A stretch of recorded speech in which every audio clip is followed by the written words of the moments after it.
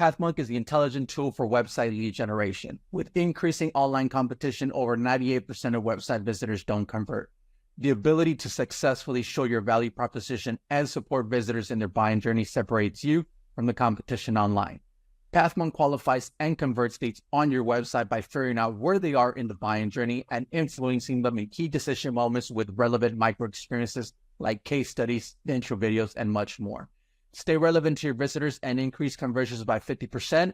Add Pathmonk to your website in seconds. Let the AI do all the work and get access to 50% more qualified leads while you keep doing marketing and sales as usual. Check us on pathmonk.com. Welcome to today's episode. Let's talk about today's guest. We have Pearson and Brent Cebulla. How you guys doing today? Good. Thanks for having us. It's great to have you guys on today's episode and curious to learn more about what Scalero is all about. You guys are co-founders there with Scalero. Interesting to know what it's all about. Let's kick it off with that, right? In you guys' own words, maybe a little bit from both of you. Yes, different opinions. In your own words, what is the company all about? Yeah, so Scalero is a lifecycle marketing services and software company. So what is lifecycle marketing? That's the branch of marketing that encompasses email, SMS, push notifications, anything that involves marketing toward your existing database of customers. That is part of lifecycle marketing. So we offer services that help companies with their lifecycle marketing programs. And we also have a couple of softwares that help with email marketing creation. That's great. Yeah, Brad really covered it. I think the only thing I'd add is that we just want to be that go-to resource for anyone who has a lifecycle marketing issue, and we're going to solve it either that through services or through software. But we want to take on all those challenges. Definitely. I mean, it's super important in today's world. I think after COVID hit, right, everybody went on to more streaming into marketing and having a better life cycle. And that you guys are tackling that. That's super important, right? So our listeners can get a better understanding of Scalero. What would be a key problem that you guys would say that you solve for clients? Yeah, for sure. So when people come to us, there's usually a few different pain points. So the first one is usually they're on some kind of software that's too complex for their internal team to run. So certainly there's probably platforms that a lot of your listeners have used in the past, things like MailChimp or Klaviyo. And both those platforms tend to be on the easier to use side of things. From there, the class of tools gets more and more complicated. So the more complicated your tool is, the less likely your team internally can really kind of handle all the complexities of that software. And we're a great partner to kind of help you navigate that tool. The other kind of use case somebody might use us for is they just want to outsource their lifecycle marketing. Maybe that their team is too small. Maybe they want to work with somebody that is super familiar in this space. Either way, they want to outsource this or at least partially outsource some of the functions in email marketing. Email marketing can be kind of complex, right? You have to run a good email marketing program, you need to have good design. You need to be able to code emails. You need to be able to do a little bit of data engineering and get the right data into your softwares like MailChimp and Klaviyo. You need to segment correctly and execute within the platform. So there's just a lot going on, and we can fill in the gaps anyway. Definitely. And talking about segmentation, right? Is there a certain vertical that you guys like to go for? We're pretty agnostic. I would say the more complex the business model, the better fit it is for our services. We certainly have many e-commerce companies that we help, but and another good fit is companies that have some complexity of their business model. Something like a marketplace where you need to communicate to both your supply side and your buy side is a great fit. Usually those kind of companies have really complex marketing automations that they're trying to set up. And we're a good partner to help them think through some of those challenges. Awesome. Great to hear. Now, you guys being the co-founders, what would you say is a top client acquisition channel for you guys? Happy to take this, Will. So probably a third of our leads are coming from those software that we just talked about that maybe a client is having a hard time operate. They might reach out to the software and say, hey, do you know any great service companies that can help us navigate this platform? Another third is client referrals. So, we really work to do good work for our clients, and they're happy and they want to see us succeed. They will refer us. And then the final third is probably a combination of classic outbound and inbound. So we'll do plenty of outbound cold emailing, and then we get some inbound traffic as well that will reach out and inquire about our services. All right, perfect. Now, I am here on your website, scalero.io. Gorgeous looking website. I love the scheme, the color schemes of it, the format that it has. What role does a website play for your client acquisition? Yeah, so our website, it probably generates 5 to 10% of our leads, which is, in our type of business, is huge. Where our contracts are, 3 to 12 months minimum. So 5 to 10% boost is huge. I would say we put a good amount of energy into it, creating lots of content, thinking about keywords to really focus on. I think what we really want for our users hitting the site is to get a very comprehensive view of who Scalero is and what we offer. And I think we do a good job achieving that. Definitely. Yep. I like the way it is set up. Got CT buttons on there real quick. So it's nice to see that. Now, I know this year was a big boom in the AI talk, right? In terms of, marketing and how can we use it. Did you guys get into that? Are you guys using any tools or methods in regards to that? Some of our software products are. We have one software product. It's called Cannoli that takes Figma designs and translates that into email code. And there's kind of two portions of that. We call that our parser. That's trying to read the Figma design file and translate that into email code. And some of that we're just kind of doing through traditional programming. And some of that we're trying to use AI to be able to determine how to code things in the design. So that's quite nice. That's a nice software product. For us, it solves kind of two things. One, some people just have that challenge of going from design to code, and we have a software that helps with that. And then two, it's also kind of a lead generation tool for us. We have a couple hundred of people sign up for that tool every month, and we know that they're struggling with lifecycle marketing. Clearly, they're looking to use a software like that.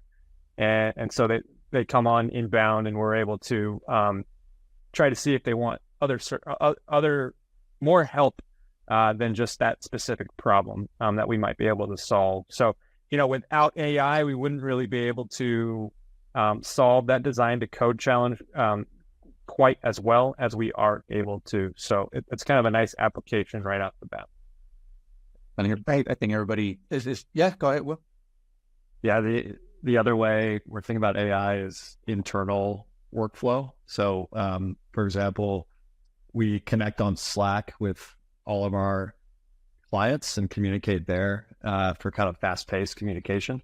And we've created automation that takes a Slack message and automatically turns it into a project management ticket, which we use Notion for. And so we've worked on building that out so that it gets assigned to the right person, it has the right project description, and really save the time from the project manager to have to fill in all the details from there. So AI is helping us also just move much more efficiently on the services side. Would totally agree, right? It came in strong, and if you're not using it, then you're falling a little bit behind. So I'm glad to see that. Well, let's switch gears a little bit for our listeners and talk about you guys as a leader. Both of you co-founders of Scalero. What does a day-to-day work look like for you guys? Yeah, for us, Brent and I have managed to more or less split the the responsibilities of our services. So, in the early days, we were really much in the weeds, executing, building emails, designing emails, kind of doing everything for our clients. Now these days, we're able to take a step back and really focus on the relationships with our clients. And then for me, I'm really focused on growth all the time. So whether that's through outbound partnerships, expanding contracts, things like that. That's the stuff that really, really excites me. I love working on that. If I'm working after hours on that, I don't mind it. I enjoy that. So just kind of thinking through what's next. How do we keep growing? Where is this company headed to? What blind spots do we have that might slow us down in the future? Awesome. What about you, Brent? Yeah, for me, all of what Will said, the only thing I would add is I think we're in a fortunate position where we don't really need to be involved on being in the weeds and some of the day-to-day tasks that, our account management or dev or design teams are working on. But we have a little bit of time too. And I think, as leaders, your job is really to set the pace, create urgency, create a culture of learning, making sure your staff wants to get better, wants to deliver great products and great service products. And so I think, from time to time, Will and I will still kind of dive in, roll up our sleeves and get involved on accounts. And it's less about the accounts and more about making sure your staff understands the pace that you're setting and trying to learn from some of the things that you do. Awesome. Great to hear that from you guys, knowing where to go, right? I mean, you guys have been together for what, 4 years now? Yeah, 4 years, and we worked for about 5 years together at a different company. So we're close to a decade working together, which is wild. Yeah, it's been working, right? You guys know the way you guys work, so that's awesome to hear. All right. Well, I'm gonna jump into some rapid fire questions. So we have two guests, right? Both of you. So one answers and then the other one goes right after. All right. You guys ready?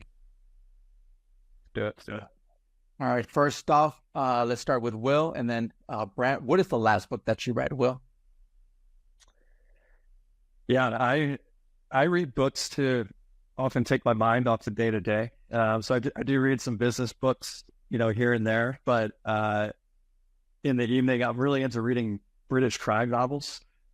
So I've been reading this series that has like 19 books in the series. It's called Detective Kim Stone. Just great page turner, flies by.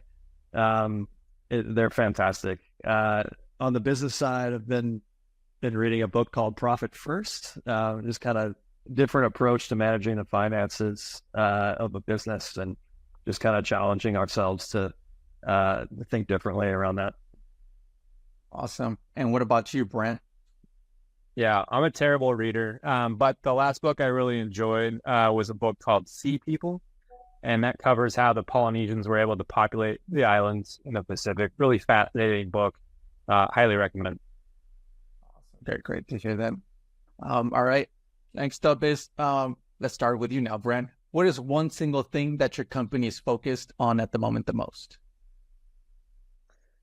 Well, we're focused on, so we do lifecycle marketing really well. And we're now at the stage where we're thinking about how can we support our clients and prospects in ways beyond lifecycle marketing. There's a couple of obvious things we can pivot into: web development, maybe supporting paid media and social. But the one that we're going to go with is expanding staffing services. So we want to help companies with direct placement or dedicated freelancer placement for a variety of business needs. It can range from maybe they need some ongoing web and application development to maybe they're trying to solve some kind of accounting process. Our company, we're set up in the United States as well as Europe and Latin America. So we think we can really help companies with offshoring and solving some of these problems. And that's going to be kind of our next thing that we're focused on here. Awesome. Would you concur with that, Will? Yeah, that's absolutely. Conversation we're having every day, for sure. I think to add to it, what we're focused on is uh, developing our internal team as well. We have 36 people now, and most of our management team has been promoted internally, from junior roles into more senior roles, and we take a lot of pride in that, allowing people opportunities to grow. And as we expand the business and expand services and other softwares, there's opportunity for the team to take on more challenges and different types of challenges as well. So it's really setting them up for success, so that we can scale and keep growing. Definitely. That's always important, right? Now, let's start with you now, Will. If there would be no boundaries in technology, what would be that one thing you want to have fixed for your role? Yeah, I think it's really understanding user behavior in even a deeper way, without kind of bordering on being creepy, right? So, what I mean by that is personalization, targeting. It's obviously getting much better and more interesting over the years, but there's still so much kind of batch and blast type of approach in email and other channels. So for example, wouldn't it be just much better for the consumer and the marketer if we didn't send that message for somebody who wanted food delivery until that moment where they were hungry for food delivery, right? Instead, we're kind of sending constant messages, reminding people who we are, maybe previous purchases, things like that. And I think there's just so much more to get into with personalization, and sending that message at the right time. Definitely. What about yourself, Brent? What do you think would work for you? No boundaries in technology. Yeah, I think I have a similar answer, but a little different twist. I think for me, I'm kind of into this idea of like the Matrix and just understanding, the perfect times and moments to reach out to people and what to tell them and say. And I'm thinking of that more as kind of a founder context. I have, I don't know, 100 contacts or so that I want to regularly keep in touch with. And that's hard for me to manage myself. It's hard for me to know when to reach out. It's hard for me to know what's going on in their life. And obviously a lot of these social media platforms have kind of solved for that the last 10 years. But I think moving forward, I'd love to see it taken up a notch and, have kind of an own personal CRM that knows kind of the exact moments to connect with people. And that might sound kind of artificial, but I think for me, it would really enrich my life to know the right moments to connect with people and kind of make that easy for me. Definitely. All right, perfect. And well, coming close to an end here, but I love asking this question. I'll start off with you, Will. You guys have a lot of experience, right? Focused now on different sides of the company in Scalero, but what is one piece of advice that you would give yourself if you were to restart your journey again? Yeah, there's really no magic bullet in marketing or even the workforce in general, right? Don't take shortcuts. It's just the game of brute force, right? Testing, optimizing, trying things, failing. Something that worked yesterday, it might not work today. So don't be a know-it-all. Just always be willing to learn, experiment, and get better from it. I mean, what about yourself, Brent? Yeah, for me, I would say marketing is easy and engineering is hard. So I think it's always wise to invest in your engineering capabilities, no matter how small that might be, whether it's just learning HTML and CSS or whether you want to really understand programming. Getting better at engineering will pay dividends in marketing, even though it might not seem like it will when you're learning. Okay, awesome. Great advice there for everybody. Well, we're coming to the end here of the show, but I do want to give you guys the last word. If someone forgets everything about the interview today, what is that one thing they should remember about Scalero? Yeah, I think I'll try to keep this simple. I think for a lot of people, when they discover Scalero, they're like, man, I didn't know a company like you exists. We have challenges communicating with our existing customers. I can't believe there's a Scalero there. So just know that Scalero helps you manage communicating with your existing users and customers, and that's it. Awesome. Well, guys, you guys heard it there from Will. You guys want to say something maybe a little bit different than Brent? Yeah. I'll repeat what I said early on. If you have an issue in lifecycle marketing, no matter how small it might be, it could be design doesn't feel right, or you don't think you're targeting the right audience. Anything small. If there's an issue in lifecycle marketing, just call Scalero. We can help try to figure it out for you. Guys heard it there, right? You can check them out at scalero.io. They're the best lifecycle marketing studio out there. Check them out. If you have customers, you don't know how to do it, they know how to do it, and they'll help you out.